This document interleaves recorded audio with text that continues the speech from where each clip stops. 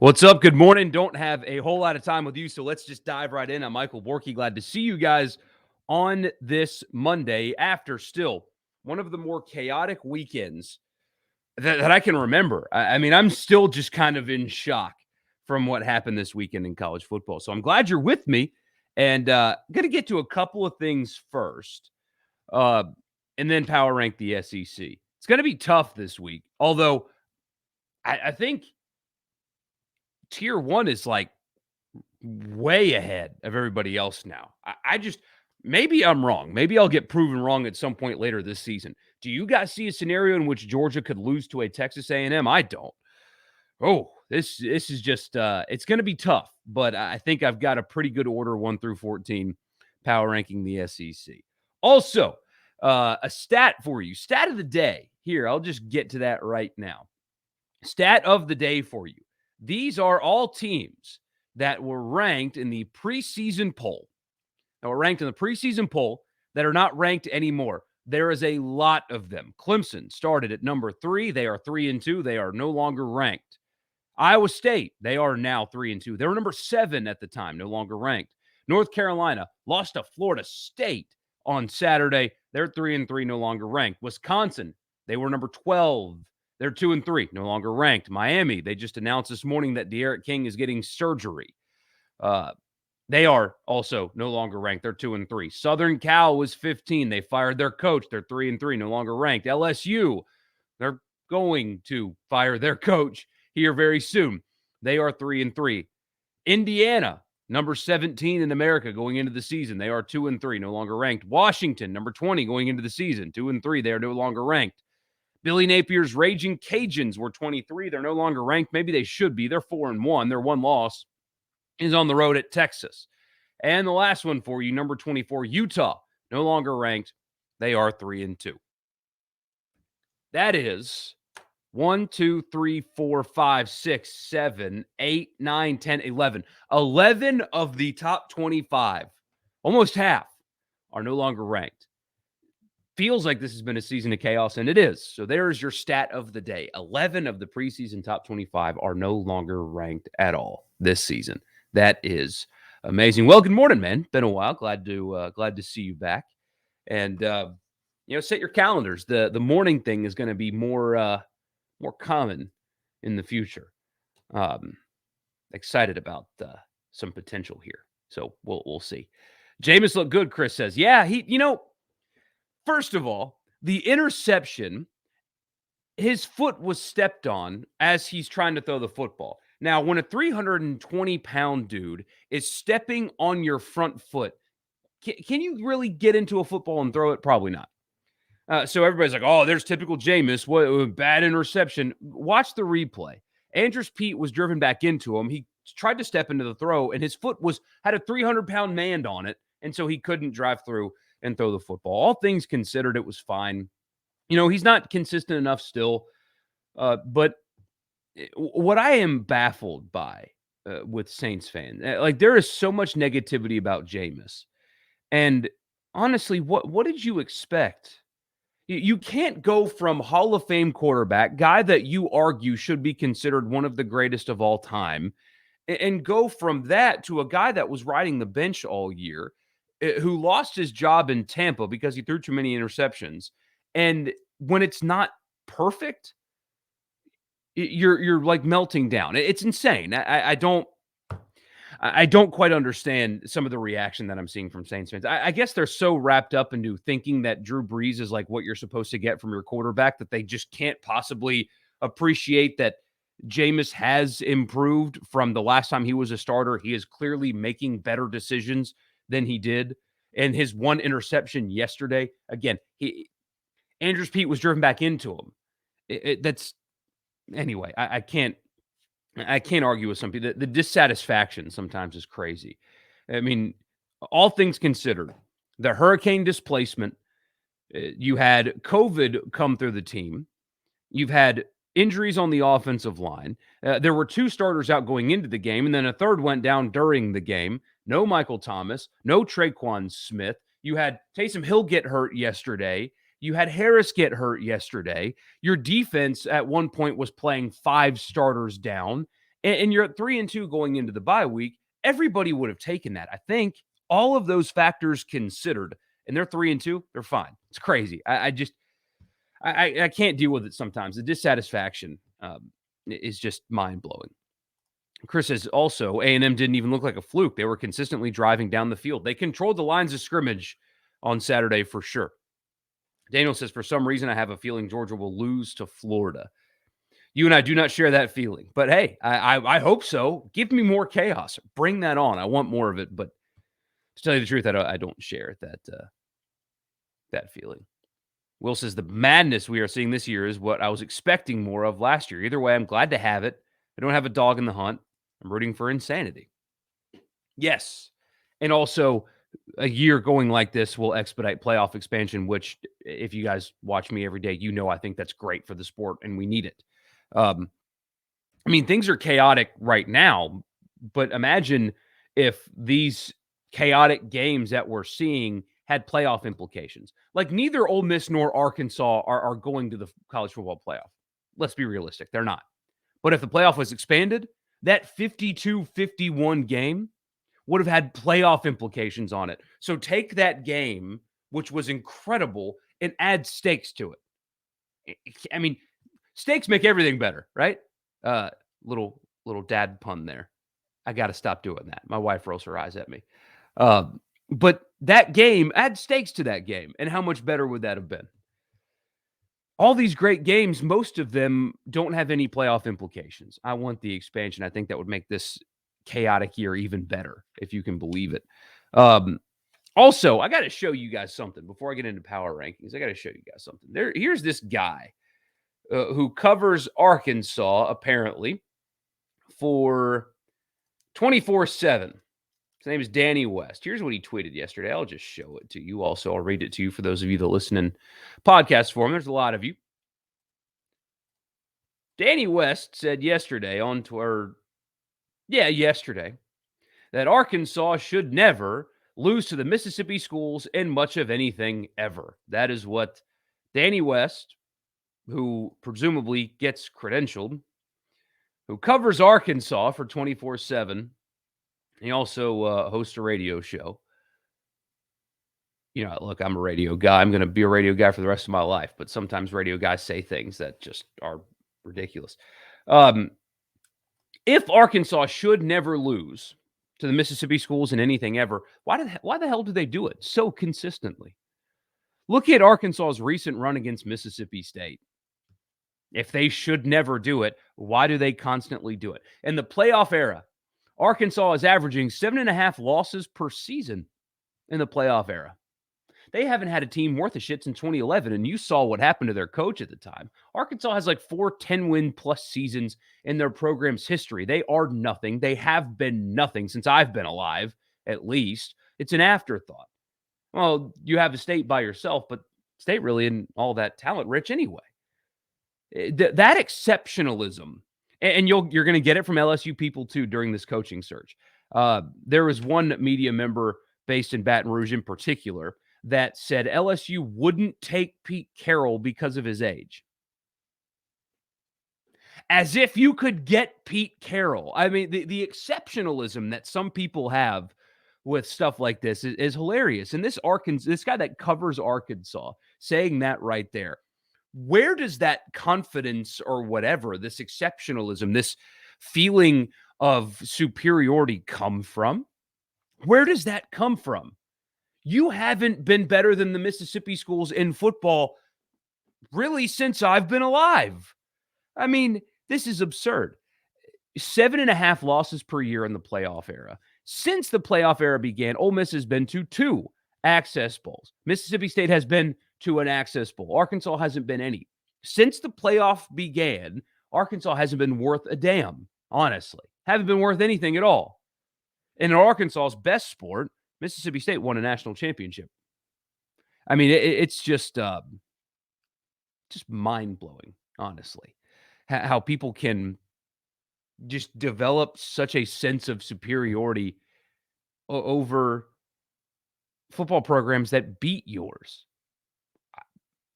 I don't get it. I really don't get it. Daniel asks if I've watched the video of A&M kickers' families. Yeah,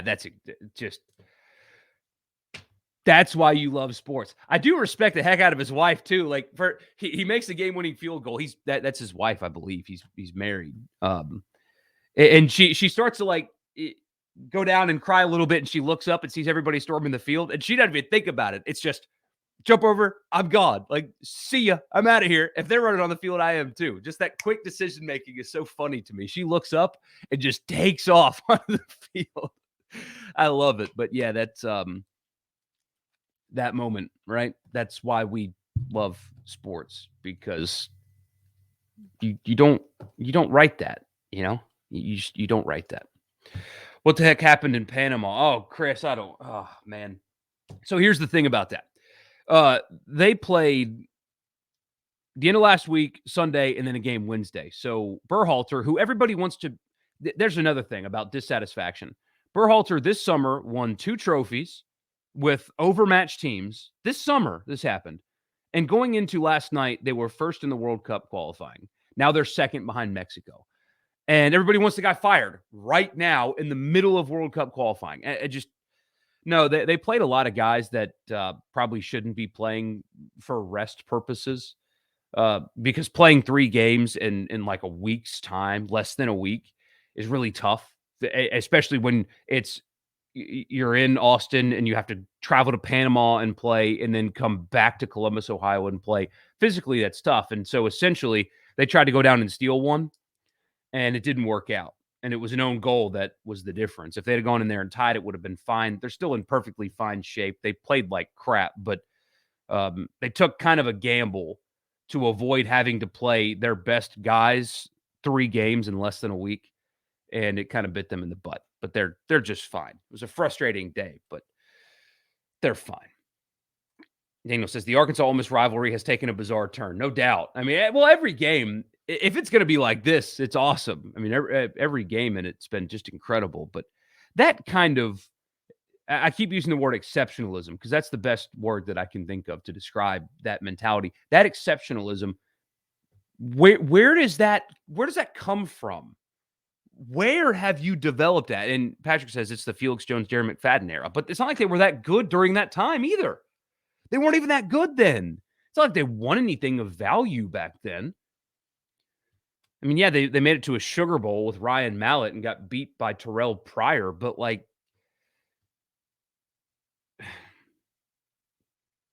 where does that come from?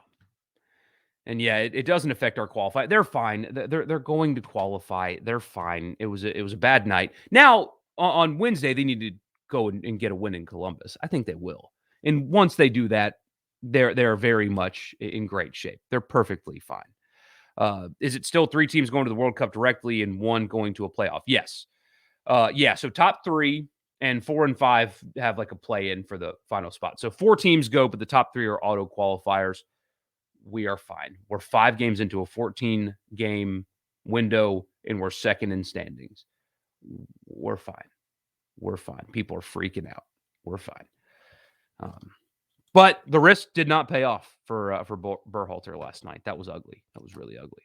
So don't forget, by the way, while you're here, to subscribe to the YouTube channel. If you haven't already subscribed, Michael Borky on YouTube, follow on Twitter and Facebook, and wherever you get your podcasts, Mike in the Morning or my name should turn up results. And while you're here, if you like what you hear, actually like the video. That would help me a ton. So I've got to get out of here pretty quick. I've got some things to do, if you will, this morning. But let's power rank the SEC. Let's power rank the SEC after I've got them in 6 tiers, which is probably too many. But after week 6, let's do some power rankings. That's why you're here, right? That's what the headline says anyway. All right, so here's the list. I'm going to do it in grid form, but I'm going to do it as best I can 1 through 14, but it's still going to be in this grid form because I think right now, for example, I mean, Texas A&M lost to Mississippi State, but Texas A&M beat Alabama. It's hard to do. So it's mostly going to be tier-based, but I'll give you 1 through 14 the best I can. Number 1, I think it's very clear, and they're on an island of 1. It is Georgia. Going into the weekend, I thought Georgia and Alabama, if you guys watched mine last time, were on the same plane. I do not believe that's the case anymore. So that's how it was. That is not how it is anymore. Georgia is very clearly very clearly the best team in the SEC. They are now my pick to win the national championship. That is, very bold. I'm really putting myself out there with that one. I understand how conservative that is, but that's the most talented team in the country. They're playing the best football, most consistent football right now, mostly because of how dominant they are on the lines of scrimmage. So Georgia 1, Alabama 2. I'm putting Kentucky on the same plane as Alabama at number 3. Now, let's be honest. If Kentucky and Alabama played this Saturday, I think Alabama would win, probably rather comfortably. But the results are what they are. And Kentucky belongs right now on the same level as Alabama. Kentucky, I think, is a better team than Texas A&M. And they're undefeated. They dominated LSU. They've got the win over Florida. Alabama has a win over Florida. Yeah, it was close with Missouri. Should not have been. Missouri, as we're learning now, is quite terrible. But Kentucky belongs on the same tier, to me, as Alabama. I don't even think that's really that hot.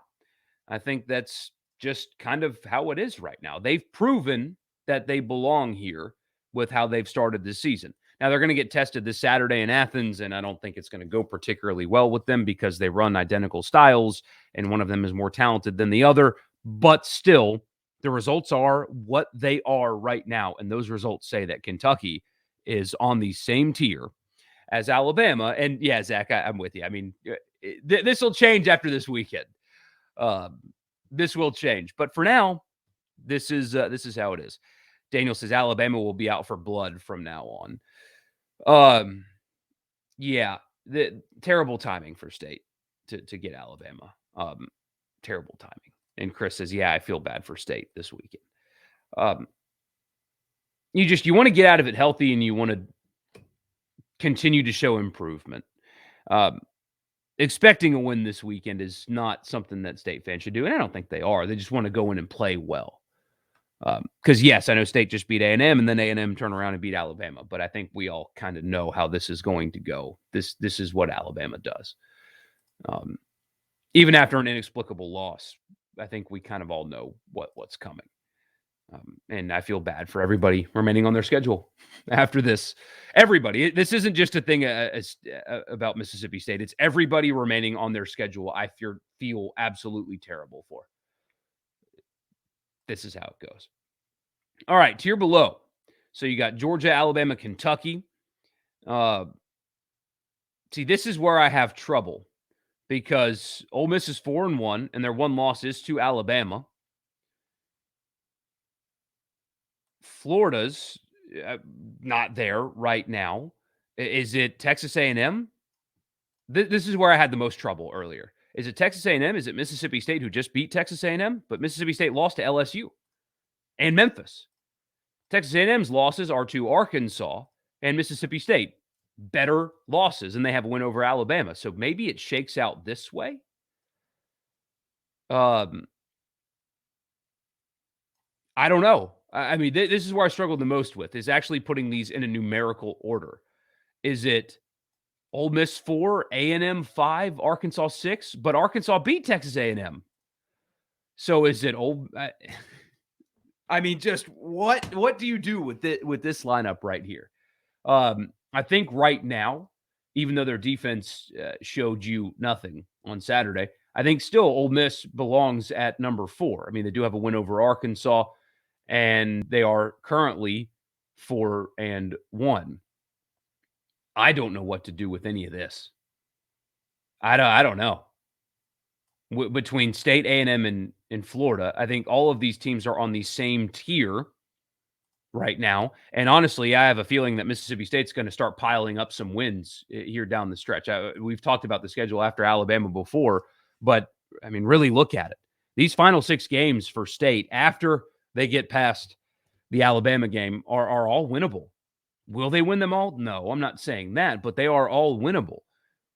But what do you do with this? I mean, I think A&M right now belongs ahead of them because they did just beat Alabama, and they both have the same amount of losses, even though State went into College Station and won. It's just hard. This is really hard and mind-blowing right now. I mean, I think some people would argue that you could put Florida ahead of State. I mean, maybe. I hear that, but I'm comfortable with this look right here. Uh, I mean, Tennessee, with the way they're playing at this point, belongs on that level. Don't you agree? I think the Tennessee run that they're on these last couple of games, they're more of a benefactor of their opponent more so than well, they're playing well. I mean, you've got to play well to win games the way they've won them, but I think that's in part due to who they've played more so than how they've played, which has been good. Um, this is going to sound crazy. In terms of defensive talent, I think Ole Miss might be the most talented of the three that Missouri, South Carolina, and Ole Miss. I think Ole Miss might be the most talented defense in those three games. That sounds crazy. They just gave up 51 points and 650 yards or whatever to Arkansas.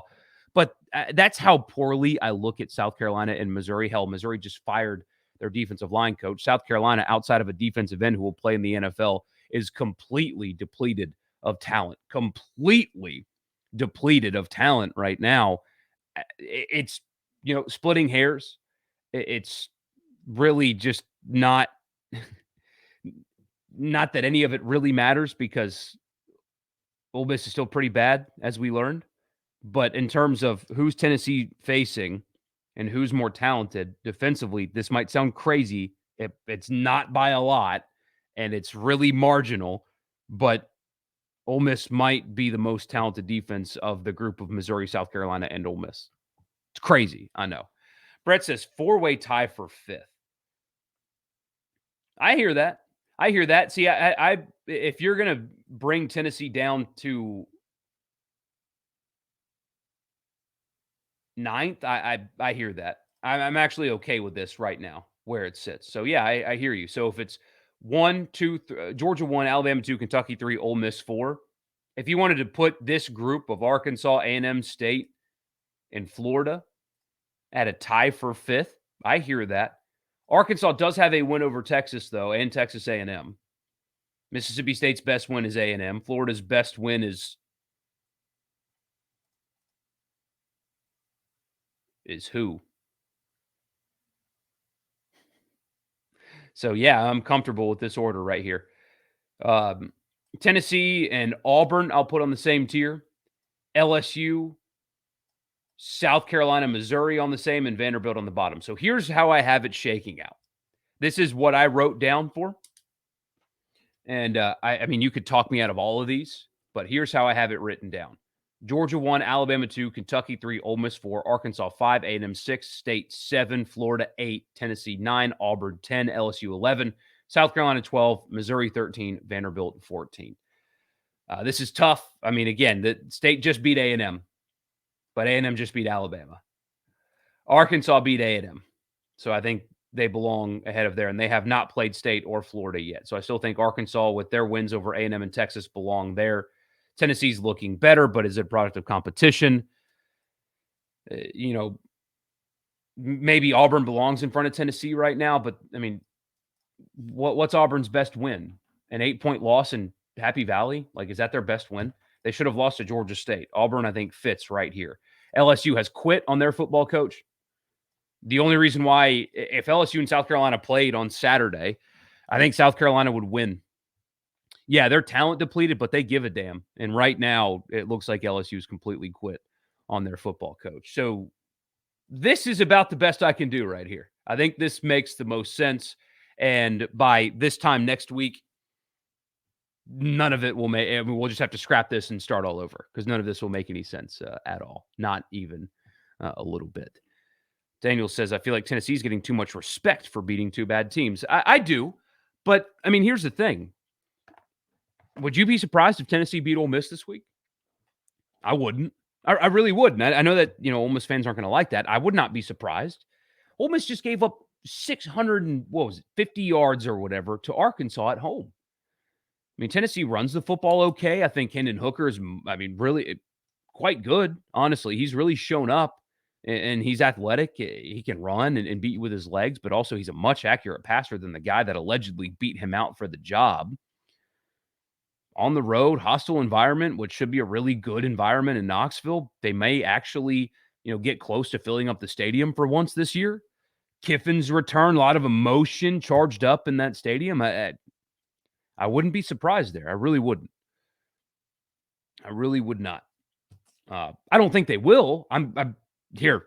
Spoiler: I'm going to pick Ole Miss minus the 4 because of how well Matt Corral's playing right now, and I do think Tennessee's benefiting from 2 previously not good opponents. But I wouldn't be surprised if Ole Miss went in there and lost. I wouldn't be at all. And that game comes on right after my son's 2-year birthday party on Saturday. You want to talk about time flying? Holy crap! Time just you blink and he's 2. It's insane. But yeah, we're having a birthday party, and then when that ends, Ole Miss Tennessee begins. So yeah, Brett, and I agree with you. Matt Corral is the factor, though. He is the factor. Ole Miss should be favored in every game they play from here on out, depending on how Texas A&M looks. The Egg Bowl might be like a 2 or 3 point line one way or the other, maybe in favor of State. But when you have a quarterback that's that good, that's the X factor in every game. Chris, that was a long time ago, man. Chris says, that's crazy. I remember when you were single. Yeah, man. Yeah, that was a long time ago. And now I got a 2-year-old. Time. Blink and it'll just whiz right by you. But anyway. Yeah, those are my tier rankings, and I'm sticking to them at least for another few days.